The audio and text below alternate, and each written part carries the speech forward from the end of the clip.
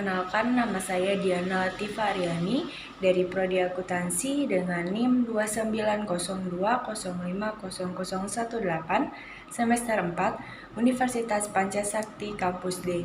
Pada kesempatan kali ini saya akan membahas materi tentang aktiva tetap berwujud dan aktiva tetap tidak berwujud untuk memenuhi tugas ujian tengah semester mata kuliah Intermediate Accounting 2 dengan dosen pengampu Bapak Edi Purwanto, Eskom MM. Pengertian aktiva tetap berwujud. Menurut PSAK nomor 16 disebutkan bahwa aktiva tetap adalah aktiva berwujud yang diperoleh dalam bentuk siap pakai atau dengan dibangun lebih dahulu, yang digunakan dalam operasi perusahaan, tidak dimaksudkan untuk dijual dalam rangka kegiatan normal perusahaan dan mempunyai masa manfaat lebih dari 1 tahun. Dengan demikian, aktiva tetap tersebut dapat dilihat secara fisik seperti tanah, bangunan, mesin, peralatan pabrik, kendaraan, dan perabot kantor. Aktiva tetap berwujud atau dalam bahasa Inggrisnya ialah tangible asset adalah aktiva berwujud yang berumur panjang atau lebih dari 1 tahun periode akuntansi yang sifatnya permanen, yang digunakan dalam operasi perusahaan dan yang dibeli bukan untuk dijual lagi dalam operasi normal perusahaan. Selanjutnya ialah klasifikasi aktiva tetap. Secara umum, klasifikasi dari aktiva tetap berwujud dalam laporan keuangan dapat berupa tanah, bangunan, dan mesin peralatan. Yang pertama ada tanah. Tanah merupakan salah satu aktiva tetap berwujud yang berbeda dengan aktiva tetap lainnya, yaitu tidak pernah usang atau secara fisik berkurang manfaatnya karena digunakan. Termasuk dalam kategori ini adalah lingkungan bangunan, halaman, dan juga tempat parkir. Harga perolehan di dalam tanah adalah semua pengeluaran yang berhubungan dengan perolehan tanah dan akhirnya tanah tersebut dapat digunakan. Misalnya harga beli, biaya notaris, biaya pengurusan hak pemilikan tanah, biaya pencarian, biaya meratakan atau pengurangan, serta biaya pembebasan tanah. Yang kedua ada bangunan. Harga perolehan bangunan termasuk semua pengeluaran yang berhubungan perolehan atau pembangunan. Apabila bangunan tersebut dibeli, maka harga perolehan sebesar harga belinya ditambah dengan biaya perbaikan, biaya komisi pembelian, pajak yang belum dibayar, dan biaya lainnya. Yang ketiga, ada mesin dan peralatan. Mesin dan peralatan termasuk juga mesin dan peralatan pabrik dan kantor, perabotan kantor, dan peralatan pengangkut. Harga perolehan dari mesin dan peralatan tersebut meliputi harga beli, biaya pengangkutan, pajak penjualan atau pajak lainnya, asuransi, biaya pemasangan, dan biaya selama uji coba. Lalu bagaimana nih cara memperoleh aktiva tetap berwujud? Yang pertama dengan cara pembelian tunai dan pembelian angsuran.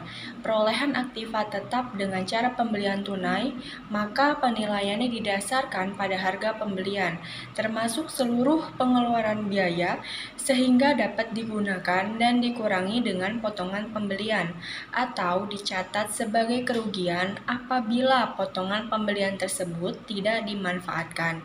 Sedangkan pembelian dengan cara kredit atau angsuran, maka biaya bunga dapat dipisahkan dalam rekening tersendiri. Yang kedua, dengan cara pembelian tunai secara gabungan. Pembelian aktiva seringkali terdiri dari beberapa unit aktiva secara bersama-sama dan disebut dengan pembelian gabungan. Contohnya yaitu pembelian tanah yang di atasnya berdiri bangunan, yang biasanya tidak ada pemisahan secara jelas tentang harga tanah dan bangunannya. Sedangkan tanah tidak ada di penyusutan. Oleh karena diperlukan alokasi harga perolehan dengan menggunakan harga taksiran, perhitungan atas dasar pembayaran pajak atau nilai jual objek pajak, atau dengan kata lain ialah harga pasar. Yang ketiga, yaitu pengeluaran surat berharga. Suatu aktiva dapat diperoleh dengan cara mengeluarkan saham atau obligasi dan pencatatannya dengan menggunakan nilai pasar surat-surat berharga tersebut atau nilai pasar dari aktiva yang dibeli. Sebagai ilustrasi untuk memberikan gambar yang jelas, di sini saya berikan contoh yaitu PT Suara menukarkan 10.000 lembar saham biasa dengan nilai nominal Rp1.000 per lembar, ditukar dengan sebuah mesin yang harga pasarnya ialah Rp16 juta. Sedangkan harga pasar saham adalah Rp1.500 per lembar. Jurnal untuk mencatat pertukaran sebagai berikut. Mesin berada di debit sebesar Rp16 juta, modal saham biasa berada di kredit 10 juta, agio saham biasa berada di kredit sebesar 5 juta, dan laba atas pertukaran berada di kredit sebesar Rp1 juta.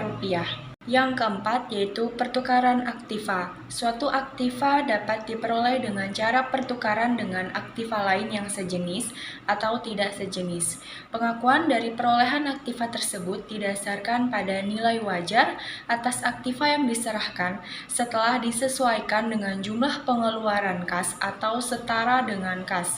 Apabila dalam pertukaran ada pengeluaran atau penerimaan uang, maka harga perolehan aktiva dan untung atau rugi dapat dihitung dengan perhitungan sebagai berikut.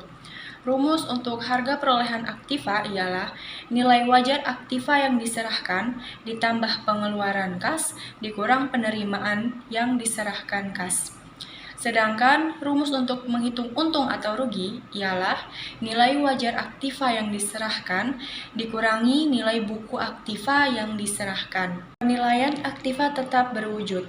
Menurut standar akuntansi keuangan, aktiva tetap dinilai sebesar nilai buku, yaitu harga perolehan aktiva tetap tersebut dikurangi dengan akumulasi penyusutannya. Pemberhentian aktiva tetap berwujud.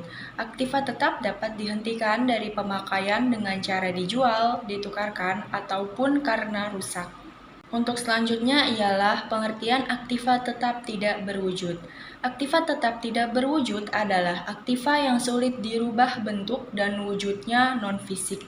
Aktiva tetap tidak berwujud umumnya disimpan dalam bentuk dokumen dan wajib diperbarui beberapa tahun sekali, tapi sulit diubah menjadi kas. Untuk tujuan akuntansi, klasifikasi aktiva tetap tidak berwujud menunjuk pada aktiva non-fisik seperti paten, hak cipta, franchise, hak sewa guna, goodwill, dan lain-lain. Aktiva tetap tidak berwujud pada umumnya berkaitan dengan keputusan hukum atau perjanjian kerjasama yang secara fisik tidak dapat dibuktikan. Penilaian aktiva tetap tidak berwujud. Seperti aktiva yang lain, penilaian aktiva tetap tidak berwujud dengan dasar harga perolehan. Nilai aktiva tetap tidak berwujud akan dihapuskan selama masa manfaat dan akan dibebankan dalam pendapatan selama periode yang menerima manfaat. Klasifikasi dari aktiva tetap tidak berwujud tergantung pada cara memperolehnya, yaitu dengan cara membeli dari pihak luar atau dikembangkan sendiri oleh perusahaan. Dengan klasifikasi tersebut, maka akan terdapat dua alternatif, yaitu membeli dan mengembangkan sendiri. Amortisasi aktiva tetap tidak berwujud. Amortisasi merupakan proses penghapusan aktiva tetap tidak berwujud. Namun demikian tidak semua aktiva tetap tidak berwujud dapat diamortisasi, dan kategori yang membedakan yaitu yang pertama, umurnya terbatas. Seperti hak paten, hak cipta, lisis, franchise, dan goodwill merupakan aktiva yang diamortisasi selama umur kegunaannya, seperti halnya penyusutan untuk aktiva tetap berwujud. Metode yang sering digunakan adalah garis lurus dan metode menurun. Dapat digunakan apabila ada bukti bahwa untuk periode yang akan datang terjadi penurunan manfaat yang besar. Kedua, umurnya tidak terbatas. Goodwill dan merek dagang merupakan aktiva tetap tidak berwujud yang tidak mempunyai keterbatasan manfaat. Namun demikian, untuk memenuhi tujuan prinsip akuntansi, aktiva tersebut harus dihapus dalam jangka waktu maksimal 40 tahun. Selanjutnya ialah jenis-jenis aktiva tetap tidak berwujud. Yang pertama ada goodwill. Goodwill adalah aktiva tetap tidak berwujud yang tidak bisa dijual tanpa mengalihkan atau menjual perusahaan secara total. Karena goodwill tidak dapat dipisahkan dari perusahaan pemiliknya dan hanya dapat diidentifikasikan dengan perusahaan. Yang kedua, hak paten. Paten adalah hak khusus yang diberikan oleh pemerintah dan merupakan bagian dari hak atas kekayaan intelektual atau haki. Hak paten diberikan kepada penemunya atau dibeli dari pihak lain untuk membuat suatu produk baru guna memproduksi dan menjual suatu barang dengan spesifikasi tertentu. Biasanya hak paten berlaku selama 17 tahun.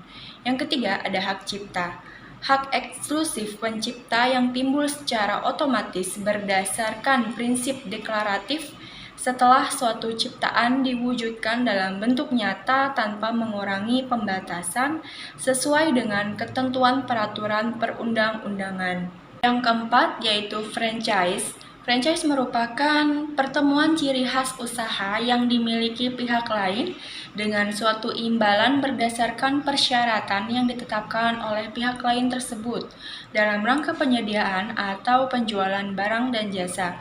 Contoh franchise adalah Alfamart, Indomaret, McD, KFC, Pizza Hut, dan lain-lain.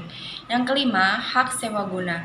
Hak sewa guna adalah kegiatan pembiayaan dalam bentuk penyediaan barang modal baik secara guna usaha dengan hak opsi atau finance lease maupun sewa guna usaha tanpa hak opsi atau operating lease untuk digunakan oleh lease selama jangka waktu tertentu berdasarkan pembayaran secara berkala. Di sini ada satu contoh soal tentang aktiva tetap tidak berwujud, di mana PT Maju Mundur mengeluarkan biaya jasa hukum sebesar Rp180.000 pada tanggal 1 Januari 2019 untuk mempertahankan paten. Umur manfaat dari paten tersebut adalah 20 tahun dan diamortisasikan secara garis lurus.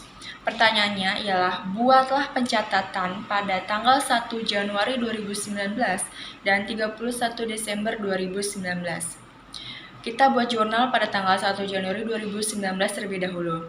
Jurnalnya ialah hak paten pada kas. Hak paten di debit sebesar Rp180.000, kas di kredit sebesar Rp180.000. Yang kedua, jurnal untuk tanggal 31 Desember 2019. Di sini ada beban amortisasi hak paten sebesar Rp9.000 dan akumulasi amortisasi hak paten sebesar Rp9.000 yang berada di kredit. Rp9.000 didapat dari Rp180.000 dibagi masa atau umur dari hak paten tersebut yaitu 20 sama dengan Rp9.000. Sekian presentasi tentang aktiva tetap berwujud dan aktiva tetap tidak berwujud dari saya.